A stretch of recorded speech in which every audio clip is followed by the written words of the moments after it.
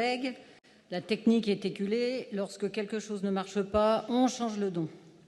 J'aime à rappeler aux start-up qu'il m'arrive moi-même d'accompagner qu'en 3 ans, il faut devenir une scale-up. Puis, comme je l'avais évoqué en conseil régional en mars dernier, notre seul et unique objectif doit être de transformer les petits en moyens, les moyens en gros, et à terme créer entre 3 et 5 champions économiques, et non de faire un concours de chiffres sur le nombre de start-up qu'on abrite.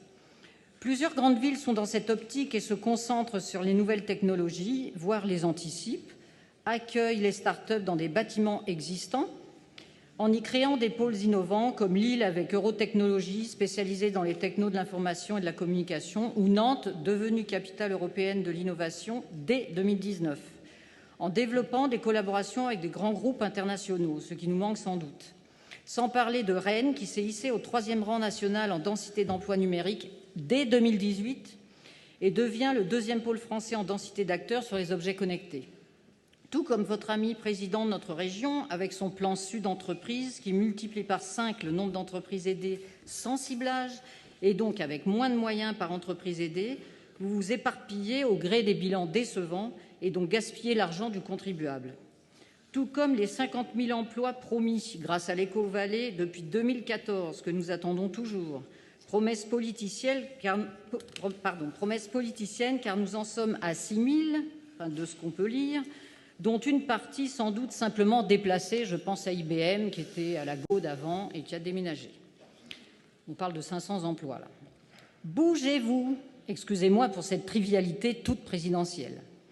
Quant à votre stratégie de couveuse, un petit rappel du fiasco de l'école 42, liquidée en juillet dernier, qui laisse 400 étudiants sur le carreau. Et on sait que la croissance des start-up, c'est aussi de prendre le sujet dès le cercle universitaire.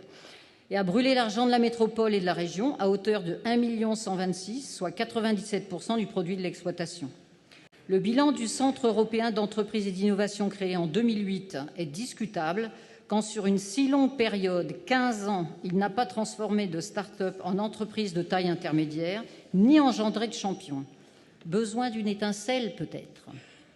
J'ai repris le bilan du CEEI depuis sa création, 170 start-up créées, soit 11 par an, avec en moyenne 27 partenaires, 6 partenaires spécialisés en son sein. Je dirais que ce n'est pas à la hauteur de notre métropole.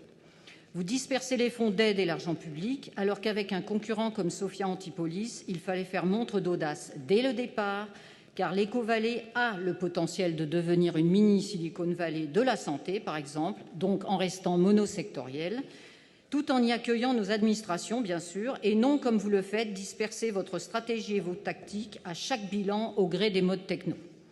Oui, l'économie va vite. Oui, les entreprises se transforment. Et vous semblez toujours avoir un train de retard parce que vous ne transformez pas vos couveuses en pépites.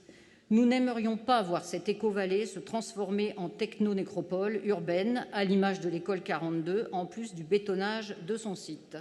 Nous voterons contre cette délibération. Je vous remercie.